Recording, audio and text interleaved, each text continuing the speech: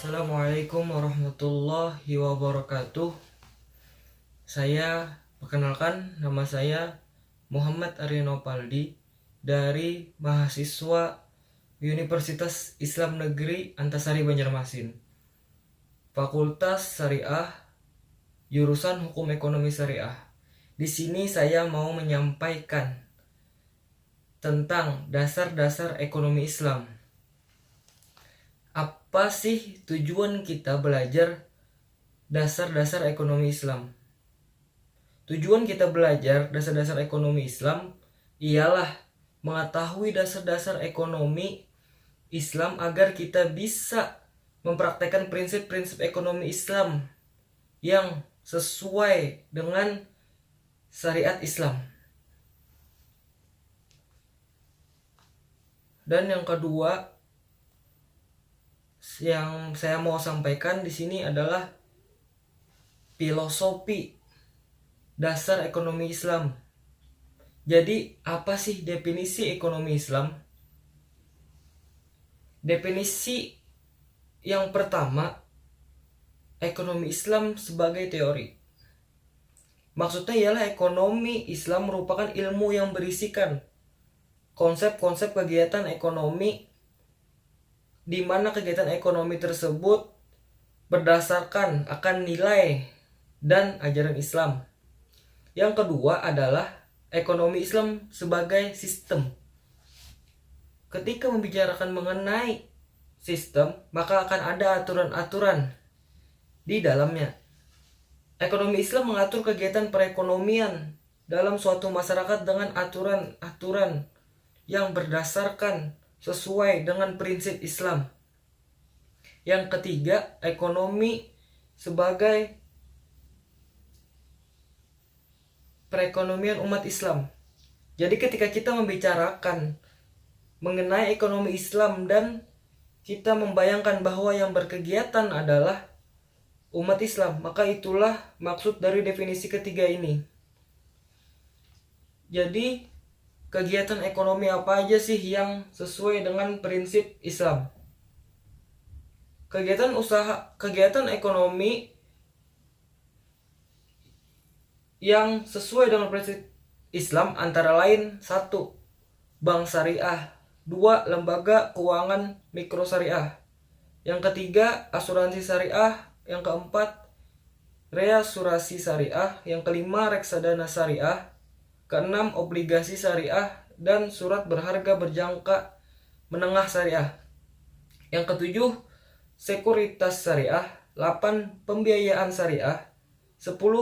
Dana pensiun lembaga keuangan syariah. Dan yang ke-11 adalah bisnis syariah. Materi berikutnya, karakteristik ekonomi Islam. Apa sih karakteristik ekonomi Islam? Terdapat beberapa karakter ekonomi Islam yang membedakannya dengan ekonomi konvensional. Di antara bisa dilihat dari 1. Sumber daya. 2. Kepemilikan pribadi. Yang ketiga, adanya kerjasama. Dan yang keempat, akumulasi dan konsentrasi kekayaan. Dalam Islam, sumber daya merupakan milik Allah Subhanahu wa Ta'ala.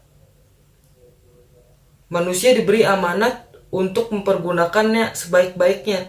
Beda dengan ekonomi konvensional, sumber daya alam digunakan sekehendaknya. Namun demikian, Islam juga mengakui adanya kepemilikan pribadi. Namun, kepemilikan pribadi tidak boleh mengganggu kepemilikan publik. Misal, kita diberi hunian yang layak, tapi kita tidak boleh membangun hunian itu di pinggir jalan raya yang mengganggu lalu lintas,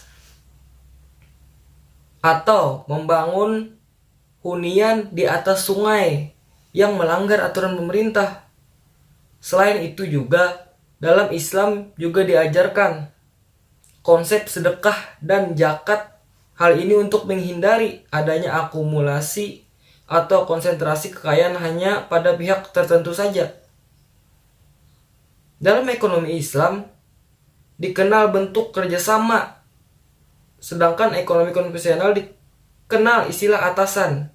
Inilah beberapa karakteristik ekonomi Islam yang membedakannya dengan ekonomi konvensional. Yang keempat, ekonomi Islam juga memiliki beberapa prinsip, yakni prinsip tauhid, persaudaraan, dan produktivitas, serta distribusi kekayaan yang adil. Yang pertama, apa sih prinsip tauhid? Prinsip tauhid dikembangkan dari adanya keyakinan bahwa seluruh sumber daya yang ada di bumi ini milik Allah Subhanahu wa taala. Sedangkan manusia hanya diberi amanat saja untuk memilikinya. Dan pula itu hanya sementara saja. Yang kedua, prinsip persaudaraan. Ya, dalam Islam mengajarkan bahwa sesama muslim adalah bersaudara. Artinya ialah ketika kita melakukan kegiatan ekonomi, kita harus menyadari bahwa mereka memiliki hak dan kewajiban yang sama. Mereka yang bekerja dengan kita maka kita anggap mitra, sehingga kita tidak semena-mena dan memberikan upah sesuai dan selayak-layaknya untuk mereka. Yang ketiga, prinsip bekerja dan produktivitas. Apa sih prinsip bekerja dan produktivitas? Contohnya adalah bekerja semaksimal mungkin. Jadi bekerja semangat untuk semaksimal mungkin kita bisa bekerja. Yang keempat, prinsip distribusi kekayaan yang adil. Prinsip distribusi kekayaan yang adil ialah prinsip ekonomi Islam yang memberikan pengakuan atas hak masyarakat dan redistribusi kekayaan. Adapun mekanisme pendistribusian kekayaan dalam Islam melalui mekanisme zakat. Sehingga dalam proses mekanisme zakat tersebut diharapkan mampu melakukan redistribusi kekayaan dari pihak kaya kepada pihak miskin, yaitu ialah berzakat. Materi selanjutnya adalah sumber hukum ekonomi Islam. Pengertian sumber hukum ekonomi Islam terbagi 3. Sumber hukum. Apa sih sumber hukum? Segala sesuatu yang melahirkan atau menimbulkan aturan yang mempunyai kekuatan yang bersifat mengikat, yaitu peraturan yang apabila dilanggar akan menimbulkan sanksi. Yang kedua, pengertian sumber hukum Islam adalah segala sesuatu yang dijadikan pedoman atau yang menjadi sumber syariat Islam. Yang ketiga ialah pengertian dari sumber hukum ekonomi Islam adalah segala sesuatu yang terjadi untuk menggali suatu hukum dalam bermuamalah. Sumber hukum dalam ekonomi Islam terbagi menjadi 2, sumber hukum primer dan sumber hukum sekunder. Sumber hukum primer terbagi menjadi 2 lagi, yaitu Al-Quran dan hadis. Kalau sumber hukum sekunder itu terbagi menjadi 5, ada qiyas, ada ijma, ada istihsan, ada muamalah mursalah dan Yang kita bahas pertama adalah mengenai sumber hukum primer. Yang pertama adalah Al-Quran. Al-Quran adalah kalamullah yang diturunkan oleh Allah melalui perantara malaikat Jibril kepada Rasulullah SAW.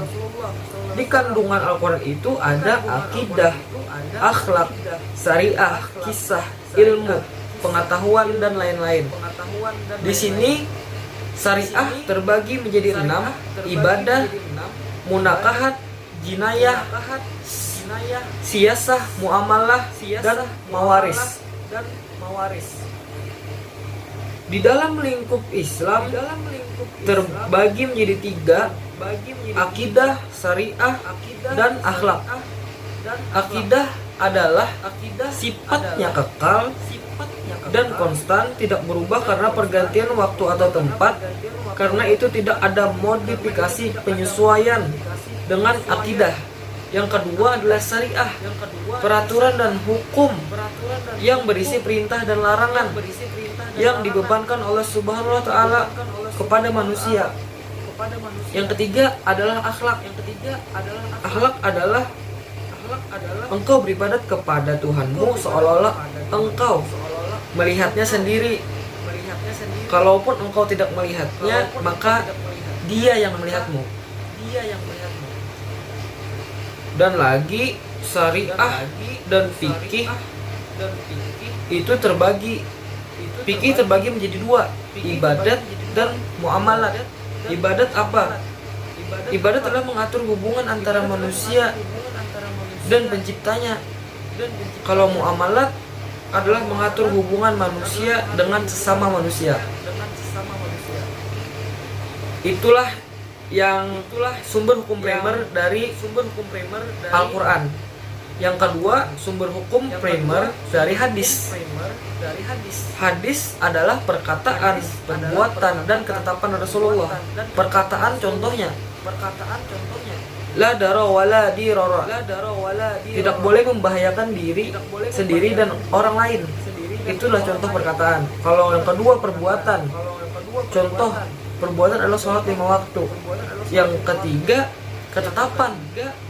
Perbuatan sahabat yang tidak ditegur oleh Rasulullah atau Rasulullah hanya diam. Itulah sumber hukum primer Al-Quran dan hadis. Yang kedua adalah sumber hukum sekunder. Sumber hukum sekunder yang pertama, ijma. Ijma apa sih? Kesepakatan semua mujtahid di kalangan umat Islam pada suatu masa setelah kewafatan Rasulullah atas hukum syara mengenai suatu kejadian ataupun kasus. Contoh, perbankan syariah, asuransi syariah, kontrak dalam perbuatan syariah. Yang kedua, berdasarkan kias. Kias menghubungkan suatu kejadian yang tidak ada nasnya kepada kejadian yang lainnya yang ada nasnya dalam hukum yang telah ditetapkan oleh nasnya. Contoh adalah khamar, whisky, bir. Itulah kias. Yang ketiga adalah istihsan. Istihsan adalah mencari hukum berdasarkan kebaikan. Kecenderungan seseorang pada sesuatu karena menganggapnya lebih baik. Contoh, jual beli saham, jual beli online. Itulah contohnya. Selanjutnya, masalah mursalah, kemaslahatan yang tidak disyariatkan oleh syar'i dalam wujud hukum di dalam rangka menciptakan kemaslahatan. Di samping tidak terdapat dalil yang membenarkan atau menyalahkan. Contoh, larangan dumping, pengadilan niaga syariah, dan uang. Dan selanjutnya adalah al-urf. Apa sih al-urf? Sesuatu yang sering dikenal manusia dan menjadi tradisi, baik serupa perbuatan ataupun perkataan. Contoh, transaksi dalam jaminan, jual beli di supermarket. Itulah al-urf. Dan itulah sumber hukum, pengertian dan contoh-contoh sumber hukum primer dan sumber hukum sekunder tadi. Dan ada lagi kaidah fikih dalam ekonomi Islam. Pada dasarnya setiap bentuk muamalah adalah dibolehkan kecuali jika terdapat larangan dalam Al-Quran dan Sunnah. Hanya Allah yang berhak mengharamkan dan menghalalkan sesuatu hal. Manusia hanya memiliki hak untuk berijtihad, yaitu menafsirkan atas apa yang dijelaskan oleh Al-Quran dan Sunnah. Tujuan atau niat baik tidak dapat membuat yang haram menjadi halal. Sesuatu yang menyebabkan kepada yang haram adalah haram. Sesuatu yang bersifat najis dan merusak harkat manusia dan lingkungan adalah haram. Halal dan haram adalah berlaku bagi siapapun yang muslim, berakal, dan balik. Itu saja yang bisa saya sampaikan tentang dasar-dasar ekonomi Islam. Salah dan khilafnya perkataan atau perbuatan saya yang tidak menyenangkan mohon dimaafkan. Terima kasih banyak. Wassalamualaikum warahmatullahi wabarakatuh.